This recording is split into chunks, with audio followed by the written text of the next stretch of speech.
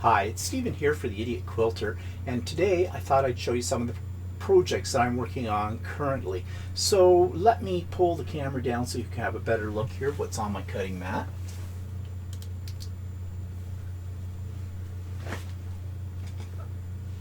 Let me pull you down just a little further. Okay, that's good. Okay, so let's start with the class that I'm taking right now. Just move these off to the side and bring these into the shot. And this is called the Pineapple Quilt. And actually in the class that I'm taking, it's called the Pretty Woman class because the instructor who has made this design of quilt has actually fussy cut the faces of ladies from some fabric she got that go in these center squares. I'm not doing that. I'm not doing any fussy cutting. I'm using the Northcott,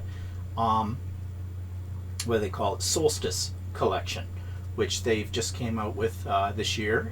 I think it's the 10th anniversary of Northcott's Stonehenge series, and this is part of that series. Anyways, the design or the pattern for this quilt comes from the Missouri Star Quilt Company, and you can see here this is what the final quilt will look like when it's done. Of course, I'm using different colors. Apparently, making a pineapple quilt, making this design, is more complicated when you're just using a ordinary straight ruler. But this company recommends that you use the pineapple trim tool, which the Missouri Star Quilt Company does sell, but I'm sure your quilting shop, your local quilting shop, can get it for you if they don't already have it in stock. And at first I was a little hesitant about buying this particular ruler because I looked up the price of it before my quilt shop got it in on Amazon, and I'm talking Amazon.ca because I am Canadian. And this particular ruler, get the shine off it, was listed on Amazon as $55. Now rulers are not cheap, so I didn't really think that that was necessarily out of the way for a specialty ruler. But Walter convinced me to hold off and wait until they got them in the store to see what they were selling them for. And that was a good thing because this ruler in the store was only $37 Canadian, so about $20 less than what Amazon was selling. So there's a lesson here to be learned that, you know, just because it's on Amazon doesn't necessarily mean it's the best price. So I got one, and it is a miraculous ruler for this kind of quilt. It really helps you to square it up as you go, get everything aligned.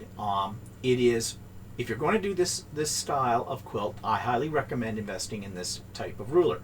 Now, can I use this ruler for other things? I don't know yet.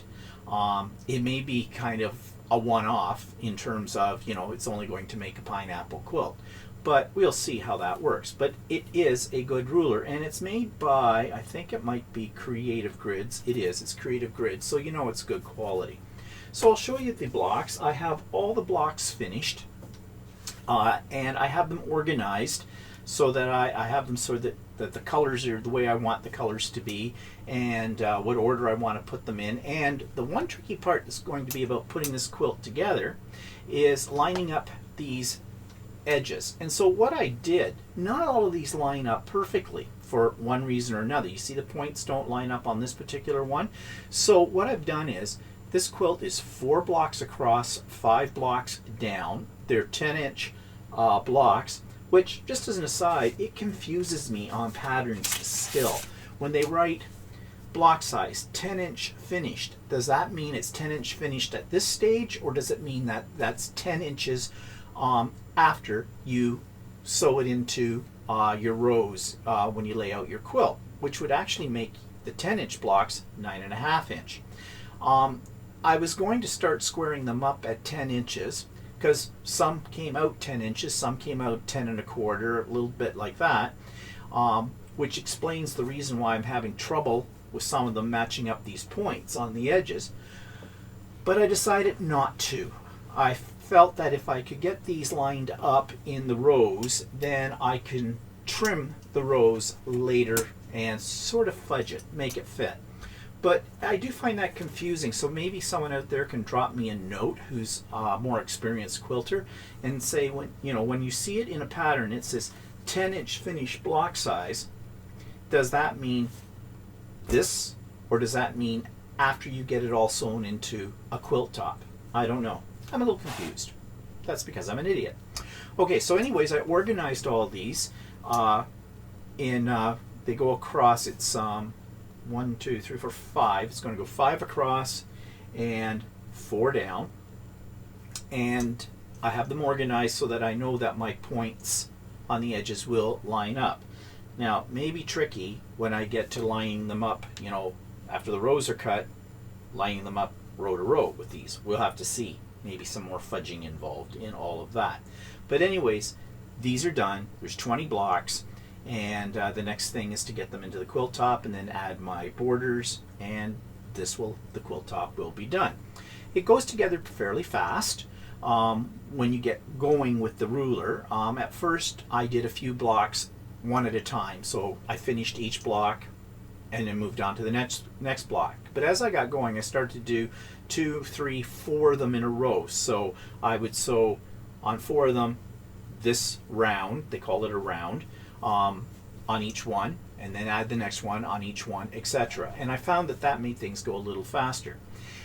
It is a little boring. I have to admit that. After a while, you're just going around in circles.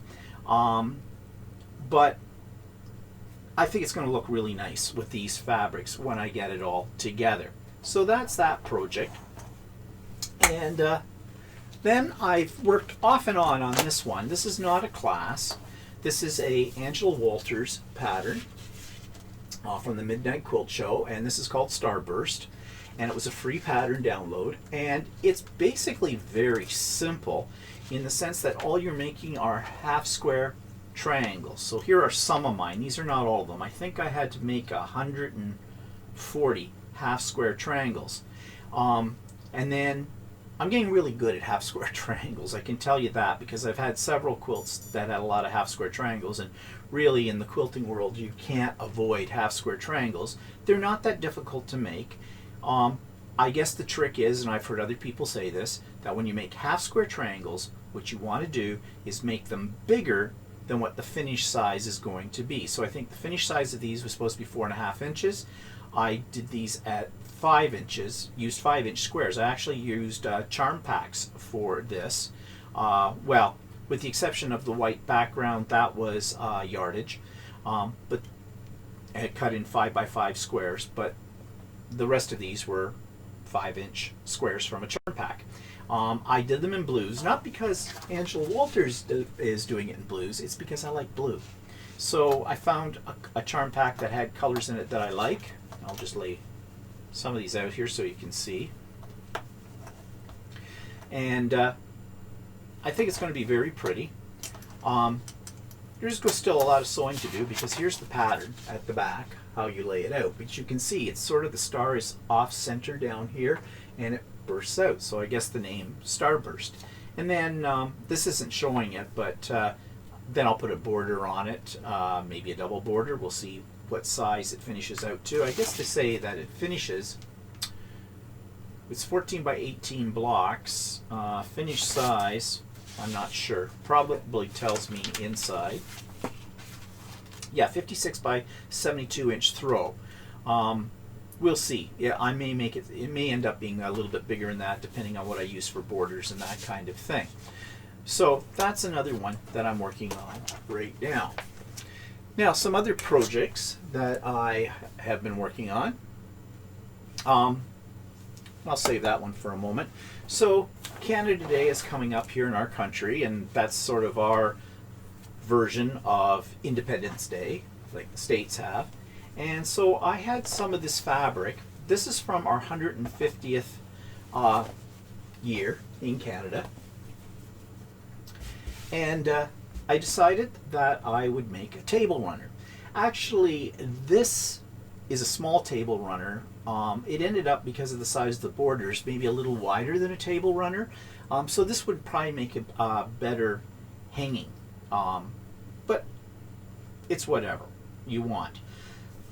This center block actually is a design that comes from the Quilts of Valor.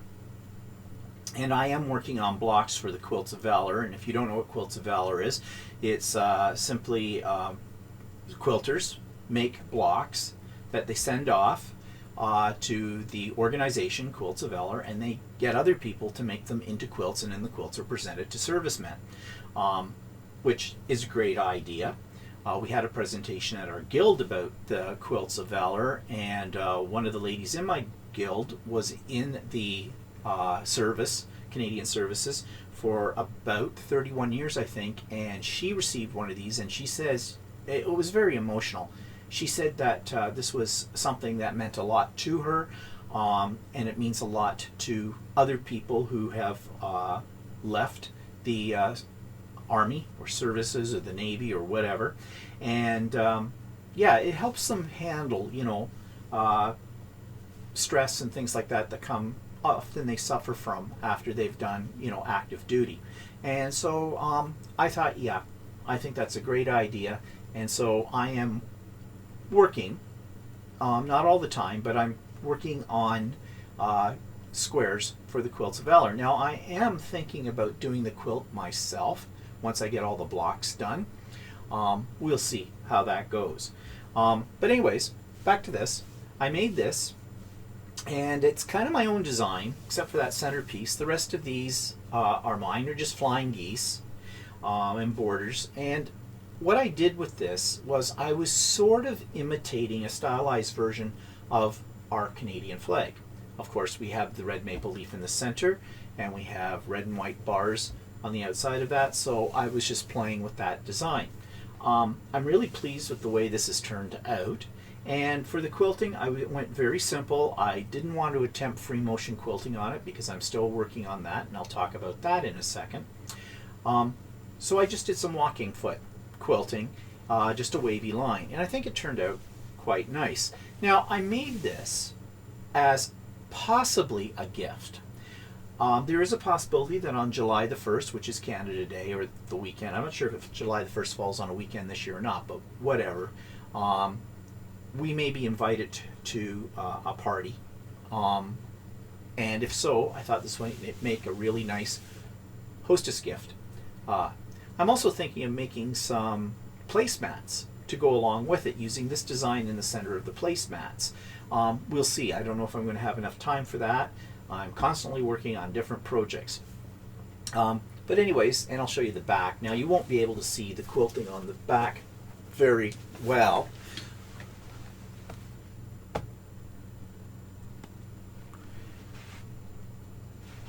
And I hope I'm still recording because new system because my screens all went blank. So I guess it's because lack of movement, but I hope it's still recording. So we'll see when I get this done. Okay, so on here, it's not easy to see the quilting because I did this in sort of a tan colored thread to blend in with the backing, just in case I screwed it up. So that's that. Now I started actually this one before I started that one with the same idea in mind. I used that Quilts of Valor pattern in the center, but I did different things on the outside. Now the problem is when I make it up as I go along, my measurements don't always work out right. For example, I added these red bars on here, and then I added these blocks here. Well, if you take a look at it, these blocks didn't line up. Well, not these ones so much, but these ones did not line up well. So I had to add a piece of material to the end of each of these. And if you look at it quick, you wouldn't notice it, but these are not are not equal. But you know, it was a bit of an experiment. I'm also experimenting on this with free motion quilting. So I've done the side pieces here, and I started working on these blocks. In here, I just did a wavy line kind of a thing that does a grid. Same here. And here I did like scribbling kind of thing. They're supposed to be loops, but they look more like scribbling. So that's what I'm going to call them. And the same in here. They're not perfect by any means, but it's good practice because, to be honest, I don't really like this. I don't like this fabric that I used. It was a gradient fabric in reds, and I really don't like it. I don't think it shows off the center as well as I would like. But anyways, I'm using it as a practice one, and this one I'm not going to give this to anybody. When I get it done, I may just use it as either a wall hanging for Canada Day celebrations, or I'll use it as a table runner in my own home because it'll only be Walter and I seeing it, so it doesn't really matter. You can see some of my quilting on the back here. I've got a lot of little pieces here that I have to lint brush off, but you can see them. But anyways, as I said, it's a practice piece. Now, I took another class, and on that class it was to make this ladies framed wallet, they call it. And this was all done in the hoop on my embroidery machine. There were some moments when this was touch and go, but the final product finally worked out. I got the clasp on, and I did find out that there is a tool that you can use to cut out this hole that the clasp goes in, but I did it the hard way. I sewed around the markings of the hole, and then I cut it through. The only problem with that is there's a little bit of fraying of fabric under here. But the inside, as you can see, there's a little pocket here, little pocket here. This section is for holding credit cards. And this section, of course, is a little zippered part. And the beauty of this was it was all done in the hoop on my embroidery machine. Now, as I said, there were some touch and go moments with this. I actually had to redo this outside part because it wasn't catching to the other parts on the inside, because this is fairly thick. And it's quilted as well. And I don't think the camera's really picking that up because I used a light color of greeny, tealy colored thread on it. But now that I've made one, I know the ins and outs, so I can always make another one. Now, do you need to do this in the hoop? No. You could do this, just on your regular sewing machine. It's not that difficult. The one beauty of doing it in the hoop, though, is it marks out for you exactly the placement of your pockets, of your zippers, that kind of thing. But I don't know. I might do another one. I might not. We'll see. So that's current projects that I've been working on. And that takes me to, I want to give you a little preview of the show quilt that I'm working on. Let me just cut over to that. There it is. And I have no idea why my computer made that noise, but anyways, so there it is. I have not put the borders on it yet. It's a throw. That's the size. It's a challenge. In my guild's having this as a challenge, and they selected one fabric, the butterfly fabric that's on there, the bright colored butterfly fabric. We had to use that, and then we can do whatever we want. So I actually designed this myself. It's designed on EQ8, Electric Quilt 8, and I'm really happy with it because my points all line up the whole bit. I was very, very careful. I mean, I did rip this out several times until I got everything to line up well. And it's been hanging up here on my design wall for a while now because I haven't done the borders yet. I haven't decided exactly what the borders are going to look like, and I'm thinking of doing mitered borders now that I've done those on another quilt that I think I showed you some time ago. They're not that hard to do, but I think I may do mitered corners, and I'm waiting to take the long arm course in a shop that's in my area. In fact, it's this weekend coming up that Walter and I are taking the long arm course, and after I've taken that, then I may actually quilt that on a long arm. We'll see how that goes. I'm so afraid of botching it up because it is a show quilt. Now, this is going into our guild's show that comes up in November, but it is not being judged. They are not having any judging, which takes the pressure off. But nevertheless, I still want to put my best foot forward.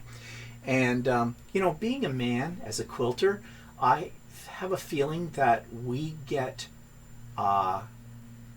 more criticized by quilters than maybe female quilters, simply because we are a man in something that has been traditionally thought of as being more directed towards women. I don't know. That may be just me with that sense. But anyways, I want to make sure that this is as close to perfection as I can get.